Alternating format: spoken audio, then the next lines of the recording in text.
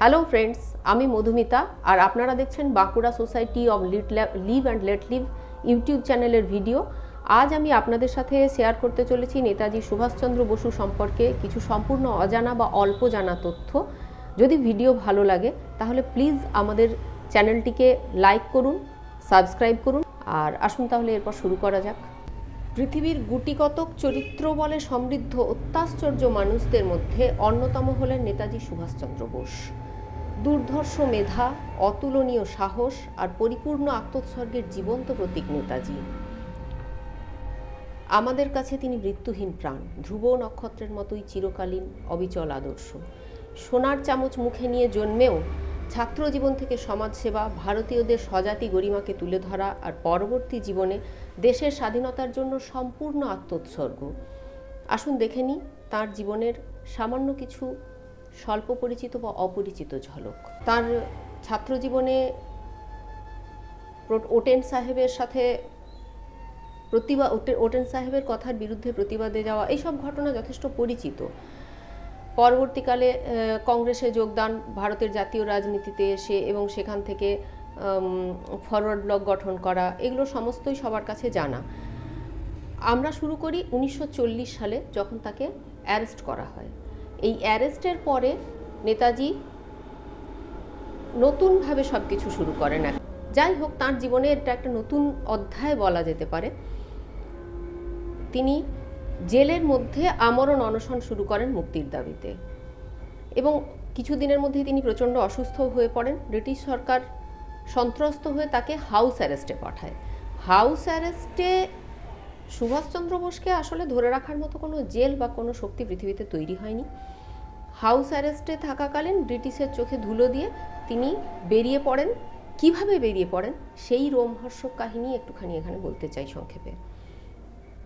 তিনি মোহাম্মদ জিয়াউদ্দিন নাম নিয়ে একজন ইন্স্যুরেন্স এজেন্ট সেজে রাত্রি 1:30টার সময় বাড়ি থেকে বেরিয়ে যান তার ভ্রাতুষ্পুত্রকে সঙ্গে নিয়ে, এবং সেখান থেকে তিনি গাড়িতে পৌঁছন ধানবাদ থেকে গোমো ট্রেন ধরে, তারপরে কালকা মেল ধরে শেষ পর্যন্ত দিল্লিতে যান। দিল্লির থেকে তিনি পৌঁছে যান পেশোয়ারে পৌঁছে তিনি বোবা কালা কাবলিওয়ালা সেজে যান এবং বলেন যে তিনি তার এই দুর্ঘটনায় তার এই বাচন ক্ষমতা চলে যাওয়ার, তার জন্য তিনি আল্লাহর কাছে দোয়া করতে ধর্মস্থানে যাচ্ছেন। এইভাবে তিনি পৌঁছে যান পেশোয়ার থেকে কাবুল। এই সময় ব্রিটিশ জানতে পারে যে সুভাষচন্দ্র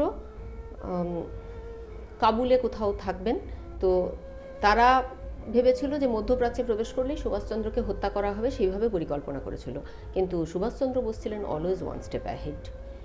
তিনি অভ্রান্ত অনুমান ও সিদ্ধান্ত নিয়ে মিডল ইস্টে ঢোকেননি। তিনি এরপর অরল্যান্ডো ম্যাথসোটা নামক একটি জাল পাসপোর্ট করিয়ে ঢোকেন মস্কো। সেখানে তিনি ছদ্মবেশের খোলস ছেড়ে বেরিয়ে এসে প্রতিষ্ঠিত করেন ইন্ডিয়ান লিজিয়ন, ওখানকার ভারতীয় সৈন্যদের নিয়ে।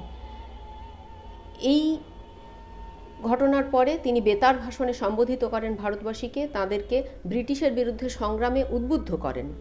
এইভাবে সেই সময়ে একটা পরাধীন ভারতের শত বছর ধরে পরাধীন ভারতের প্রবাসী সরকার তার কূটনৈতিক অস্তিত্ব ও সম্পর্ক প্রতিষ্ঠা করেছিল।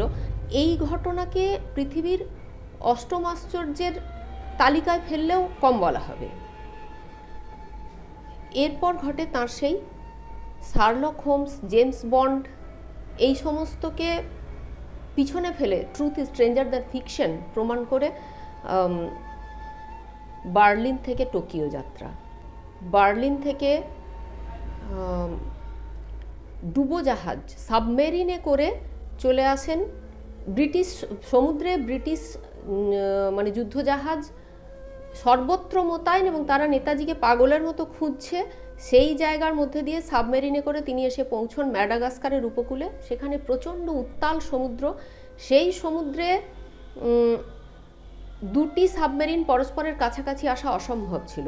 তো সুভাষচন্দ্র লাইফ বোটে করে রীতিমতো লাইফ রিস্ক নিয়ে একটি সাবমেরিন থেকে অন্য সাবমেরিনে যান এবং সেই সাবমেরিনে তিনি টোকিও পৌঁছন। এর পরের ঘটনা তো সবাইকার জানা, সেই অসাধারণ আজাদ হিন্দ ফৌজ দুর্দান্ত বীরত্বের সাথে ভারতের মাটিতে প্রবেশ করে স্বাধীনতার পতাকা উত্তোলন করেও আন্তর্জাতিক পরিস্থিতির কারণে আজাদ হিন্দ ফৌজকে পরাজয় স্বীকার করে নিতে হয়। এরপর সুভাষচন্দ্র কিন্তু আবার ফিরে যান সিঙ্গাপুর নতুন করে আজাদ হিন্দ বাহিনী গঠন করবার জন্য। এরপরে সেই বিখ্যাত তাইহুকুর বিমান দুর্ঘটনা, এই ঘটনা সবাই জানে। নেতাজির মৃত্যুর খবর, আজও কিন্তু অসংখ্য প্রশ্নচিহ্ন আছে সেই ঘটনা ঘিরে। কেন শাহনওয়াজ কমিটির তদন্ত কমিশনের অন্যতম মেম্বার সুরেশচন্দ্র বোস, যিনি সুভাষচন্দ্রের নিজের দাদা, তিনি কেন বললেন যে শাহনওয়াজ কমিটিতে সরকার যে কোনোভাবে প্রমাণ করার চেষ্টা করছে যে সুভাষচন্দ্র প্লেন ক্র্যাশে মারা গেছে? তিনি সেই ফাইনাল রিপোর্টে সই করেন। এখানে একটা প্রশ্ন থেকে যায়। দ্বিতীয় প্রশ্ন, লাল বাহাদুর শাস্ত্রী 1962 সালে তাশখন্দ বৈঠক থেকে ফিরে দেশবাসীকে কোন সুখবর দেওয়ার কথা বলেছিলেন? সেটা কি সুভাষচন্দ্রের জীবিত থাকা এবং তার রাশিয়াতে থাকার কথা? এইটাও প্রশ্নচিহ্ন রয়ে গেছে। 3 নম্বর, গুমনামি বাবা, যাকে সুভাষচন্দ্র বলে অনেকেই মনে করেন, তার মৃত্যুর পরে তার কাছে 23টি ট্রাঙ্কে সুভাষচন্দ্রের যাবতীয় জিনিসপত্র, তার বাবা মায়ের ছবি, তার আজাদ হিন্দ ফৌজের নানান নথিপত্র, এগুলো কি করে পাওয়া সম্ভব? তিনি যদি সুভাষচন্দ্র না হবেন তাহলে? ইত্যাদি ইত্যাদি অনেক কথা বলা যায়। নেতাজি গবেষকদের অধিকাংশই মনে করেন তাইহুকু বিমান দুর্ঘটনায় অন্তত নেতাজির মৃত্যু হয়নি। সেসব ঘটনা যাই হোক, আমাদের কাছে সুভাষচন্দ্র বোস অমর জ্যোতির নাম। তার অনুপ্রেরণায় আমরা আজকের ভারতবাসী যেন দেশের উন্নতির লক্ষ্যে অবিচলভাবে এগিয়ে যেতে পারি, এইটুকুই আমাদের মনোকামনা। নমস্কার।